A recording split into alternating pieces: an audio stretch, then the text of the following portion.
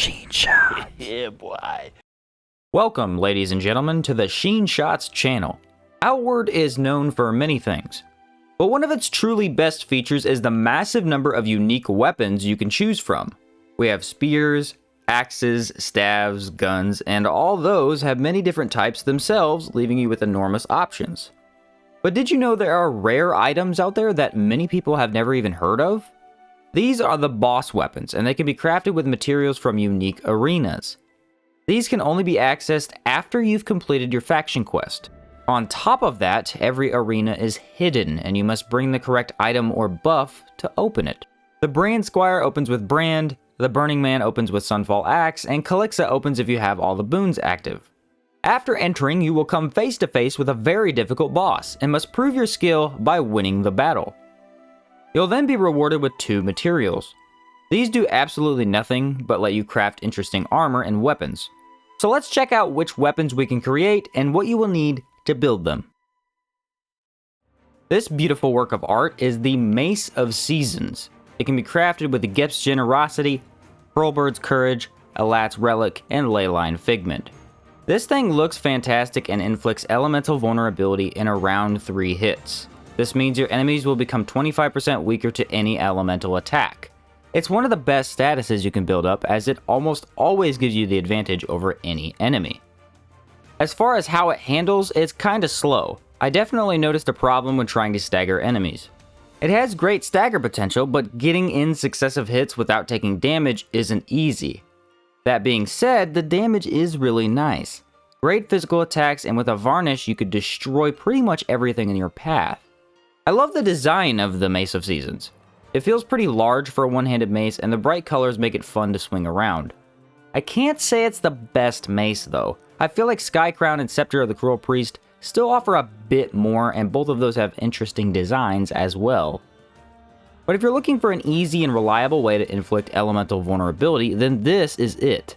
No need for a shield, gun, or anything else.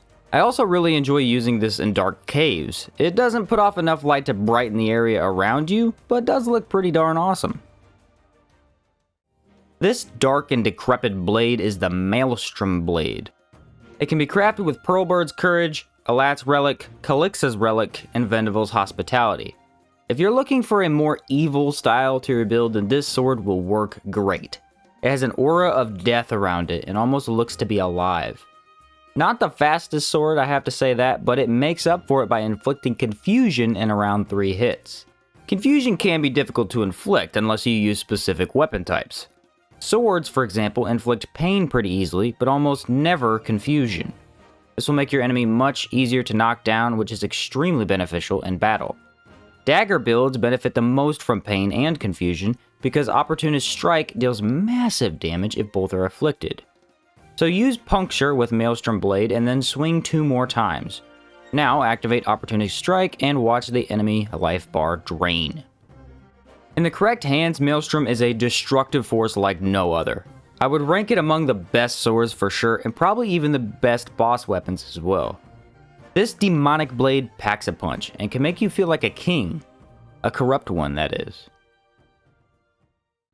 This instrument of death is the Ghost Reaper. It can be crafted with Scourge Tears, Haunted Memory, Leyline Figment, and Vendavil's Hospitality.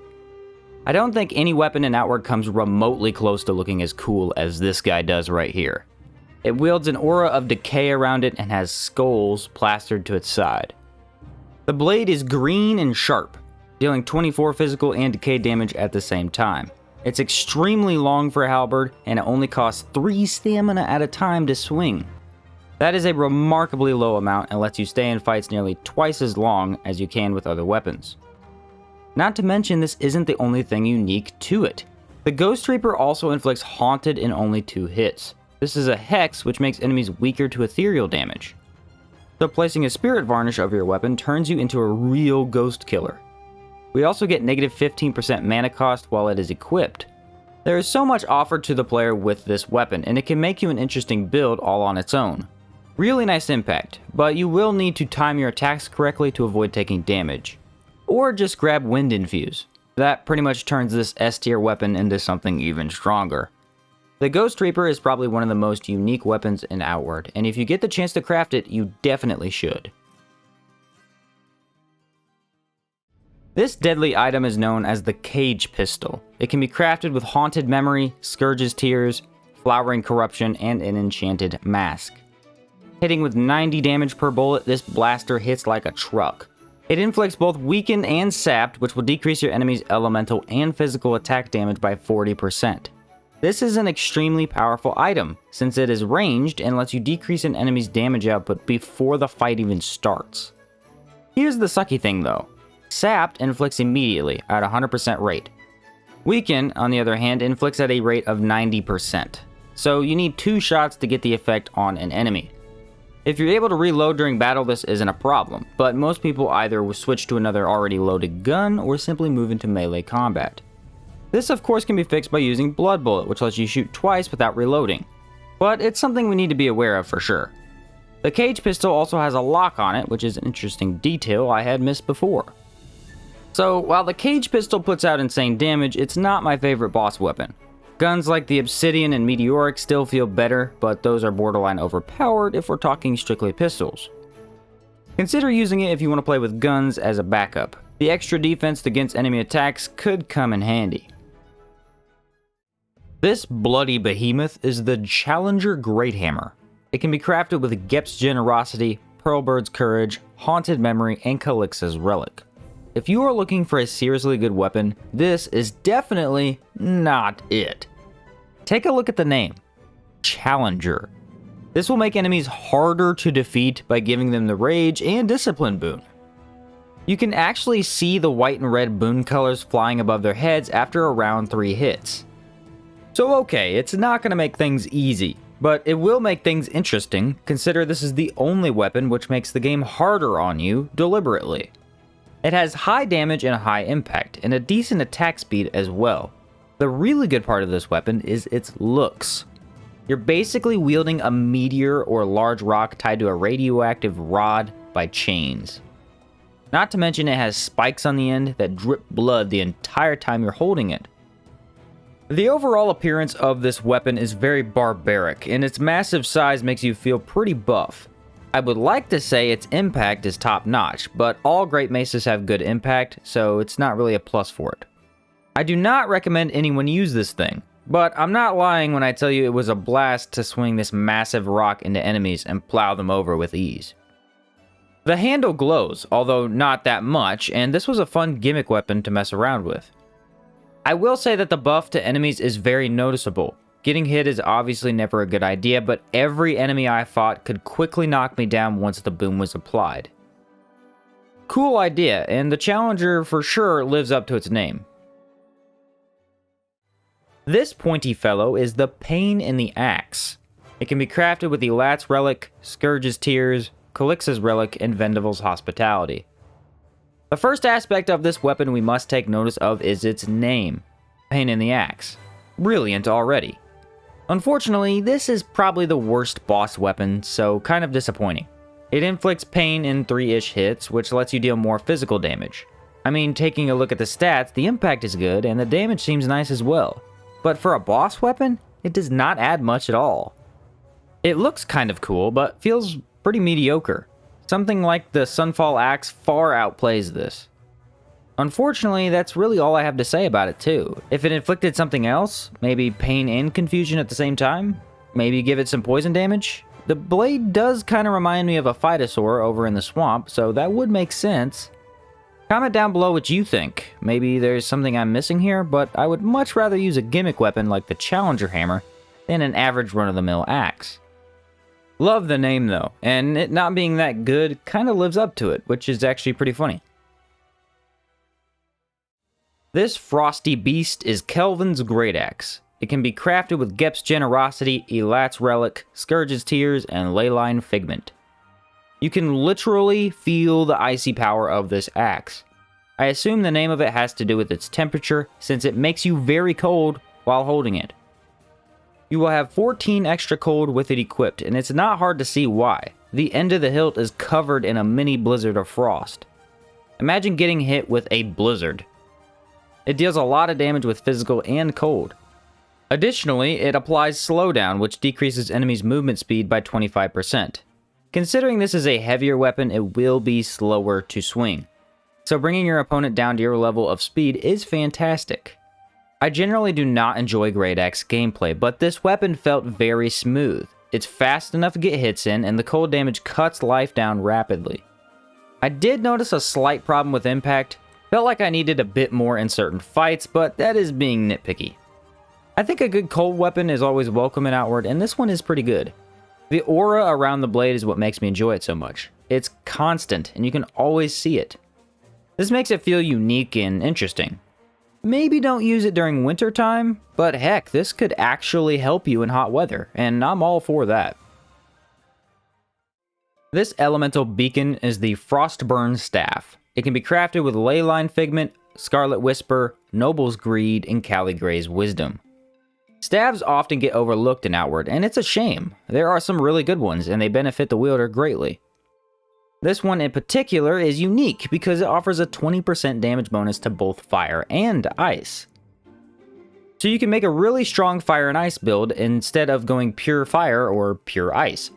I think the ice and fire sigil work perfectly together since one has great impact while the other has amazing damage. It also offers a negative 15% mana cost, which is pretty decent. Not the best as far as staves go, but still good enough to make a difference. The look of the Frostburn Staff is also interesting. Basically, someone took an obsidian weapon and shoved a cold stone inside. Kinda cool.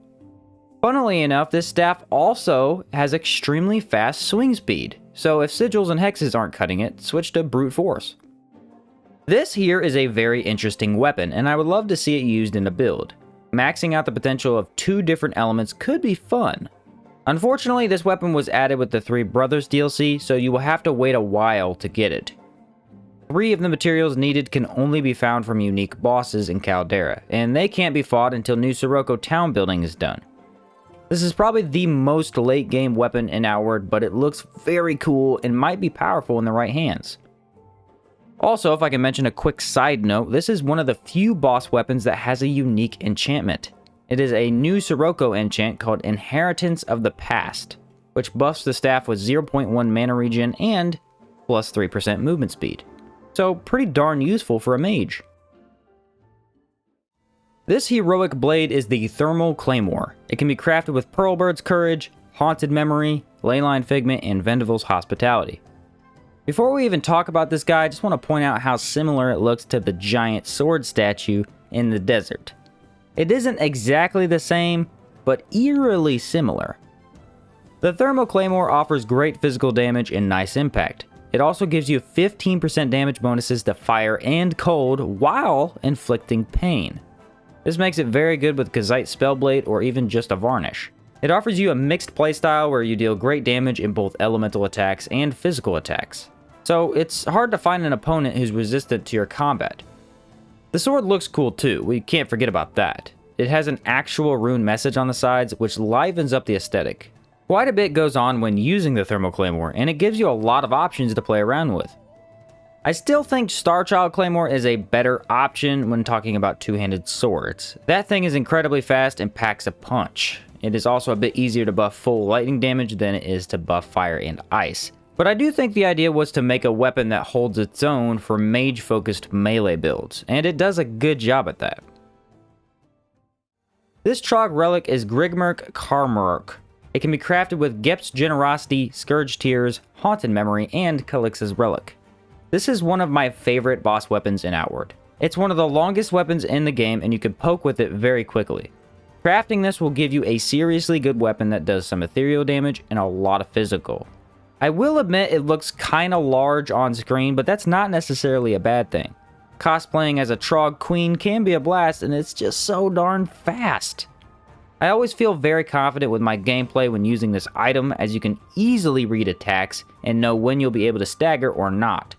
Around 10 ethereal damage means you will always be dealing good damage, as only 2 or 3 enemy types even have resistance to ethereal. This weapon offers a major advantage in combat, and it feels good to use as well. Can't really think of anything bad to say about it. If anything, I would like a bit more ethereal damage on it, but again, that's really trying to find something. Craft this thing if you get a chance. it is only beat out in length by the Old Legion Spear, and that thing is unbelievably slow. If you go from that to this, the difference will be exponential. Griigmerk is a really good boss weapon that definitely looks unique. And there you have it, all the boss weapons in Outward. I think I managed to cover every single one of them, and each offers something interesting to the game that kinda makes you want to go try them out. You can tell the developers spent a lot of time designing Outward weapons, as many of them look amazing. But the ones here look exceptionally great, especially that Challenger Greathammer. It might not be practical, but does look epic. Remember that you will need to defeat arena bosses to get the items for these. Every weapon takes 4 specific materials to craft. Unfortunately, certain bosses will only drop certain materials. I may cover that in the future, but for the time being, just kill as many of them as you can and try to craft a few things. Then head back after 7 days when they spawn back in and repeat. Different builds will have trouble with different bosses. However, there's always a set of armor that can give you the advantage in those fights. Elemental resistance can get up to 100, making you immune to certain attacks altogether. So don't be afraid to try these out. If you can't beat one, simply move on or find a new set of gear to get you through. I, for one, have a lot of trouble against the 2 liches over in Berg, so I usually wear silver armor to protect against decay, and this allows me to focus on 1 lich at a time. These are meant to be the hardest challenges Outward can offer you. Hopefully you enjoy them, and hopefully you get some of these cool weapons quickly. They're definitely exciting, and they can spice up the gameplay in many different ways. Thanks for watching all the way through the video. Consider hitting that like button if you enjoyed it, and I will catch you in the next one.